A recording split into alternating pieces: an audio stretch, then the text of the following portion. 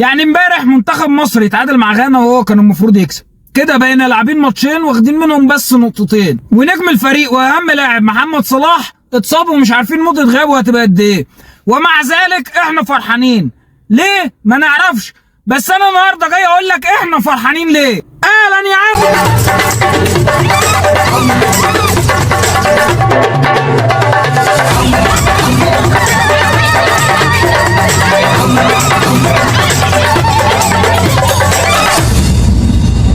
السلام عليكم حبايبي واخواتي جمهور القهوه، يا رب تكونوا بخير ويا رب اكون وحشتكم زي ما انتوا وحشتوني. فيديو النهارده هنتكلم فيه عن تعادل منتخب مصر امبارح مع غانا، او بمعنى اصح تعادل منتخبين مصر امبارح مع غانا، واهم الاحداث اللي حصلت في الماتش واسبابها ايه. بس قبل ما نبدا عايزك تصلي على سيدنا محمد عليه افضل الصلاه والسلام، وما تنساش تدعم اخوك باللايك، وما تنساش تشترك في القناه وتفعل زر الجرس عشان نتفرج مع بعض على مشوار منتخب مصر في بطوله افريقيا السنه دي ان شاء الله.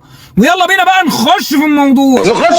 على طول نخش في الموضوع. نزلت فيديو صغير امبارح بعد ماتش مصر وغانا بسأل فيه الناس عن رأيهم في سبب تحسن أداء المنتخب الشوط الثاني عن الشوط الأول، أو بمعنى أدق ايه سبب تحسن اداء المنتخب بعد خروج محمد صلاح للاصابه. والحقيقه ان التعليقات كانت كتير على الموضوع دوت، والكلام كان كتير. اللي قال لك اصل صلاح ما بيلعبش حلو مع المنتخب، واللي قال لك اصل صلاح مؤثر بالسلب على المنتخب، واللي قال لك اصل اللعيبه فائد بعد صلاح، واللي.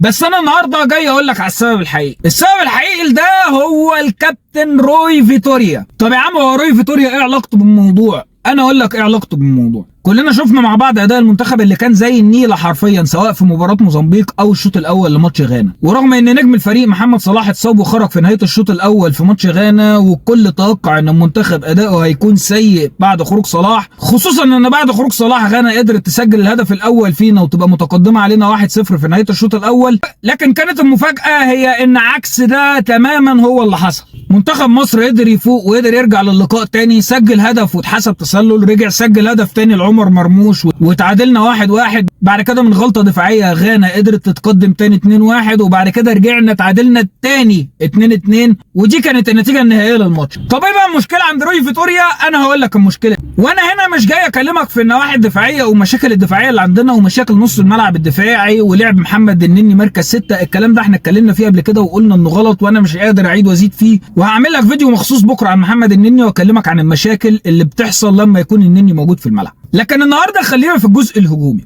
الجزء الهجومي بتاع روي فيتوريا فيه مشكله. ايه هي المشكله؟ ان هو عارف ان نجم الفرقه هو محمد صلاح، فبيبني اللعب كله على محمد صلاح. محمد صلاح رغم انه بيلعب جناح، لكن روي فيتوريا دايما عايز يستغله في صناعه اللعب، عايز يخلي صلاح دايما هو محور اللعب، هو اللي الكره بتوصل له، وهو اللي بعد كده يقدر يحرك الفرقه ويلعب على اليمين او يلعب في العمق لمصطفى محمد او يلعب على الشمال. طب يعني يا عمده ايه المشكله في الكلام دوت؟ المشكله ان مش روي فيتوريا لوحده اللي عارف، لا، الدنيا كلها عارفه ان صلاح هو نجم المنتخب، وصلاح واحد من احسن لعيبه العالم. عشان كده في اي ماتش واي فريق بنلعبه بيكون رامي 2-3 يحاوطوا صلاح ويخلوه اساسا ما يستلمش الكوره.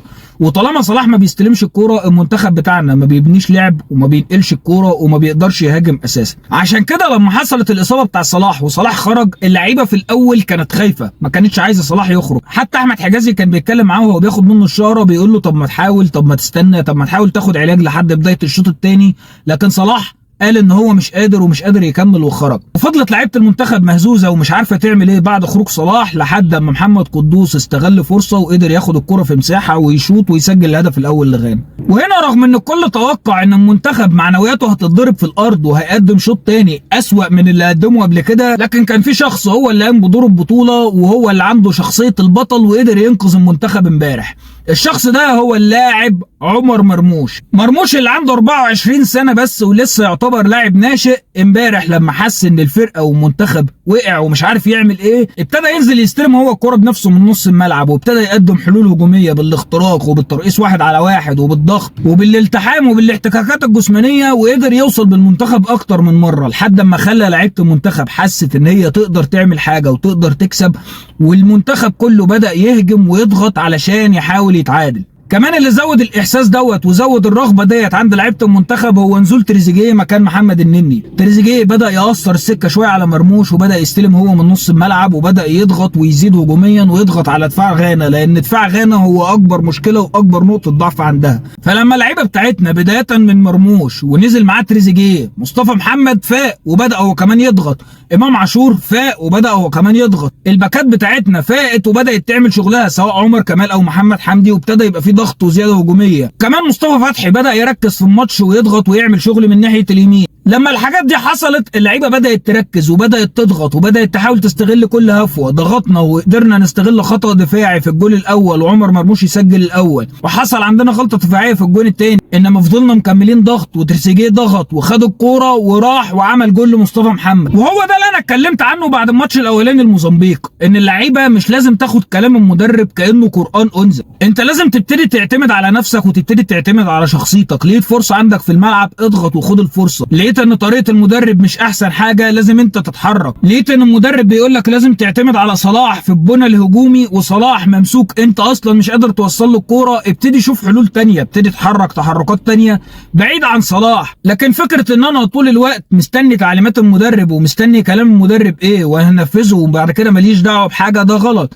فكره ان انا معتمد على محمد صلاح ومحمد صلاح اللي هينقذني ومحمد صلاح لو ما انقذنيش فهيلبس هو اللون كله، غلط. المنتخب بتاعنا منتخب كبير وعنده لعيبه تقيله، احنا عارفين ان محمد صلاح احسن لعيب في الدوري الانجليزي ومن احسن لعيبه العالم، لكن مصطفى محمد واحد من هدافين الدوري الفرنسي ومن هدافين نادي نانت الفرنسي، عمر مرموش من هدافين نادي فرانكفورت ومن هدافين الدوري الالماني، تريزيجيه واحد من اللعيبه التقيله في الدوري التركي، امام عاشور من احسن اللعيبه المحليه في مصر، احمد سيد زيزو من احسن اللعيبه المحليه في مصر، كهربا على الدكه من هدافين بطوله افريقيا.